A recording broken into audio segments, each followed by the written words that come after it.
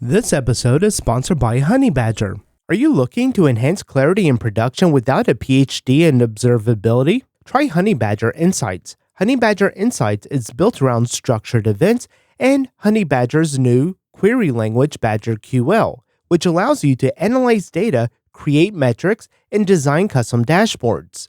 All of this is available for free with Honeybadger's monitoring suite, which includes error tracking, uptime monitoring, and more.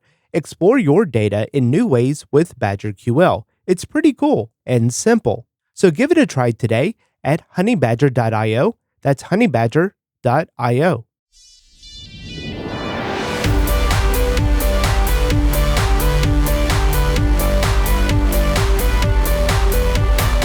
In this episode, we're going to have a look at events where we are able to export these events, and then we get an ICS file which when you open the file, it can be added to your calendar.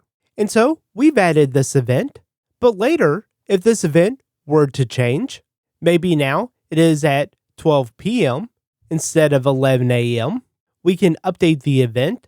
And when you go back to export the event again and you open it back up, instead of creating an additional event, it's just going to update the event.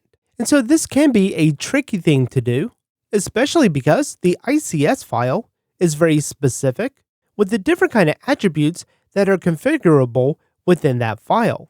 And so in this episode, we're going to look at creating the events and then being able to export them so that they can then be loaded into your calendar.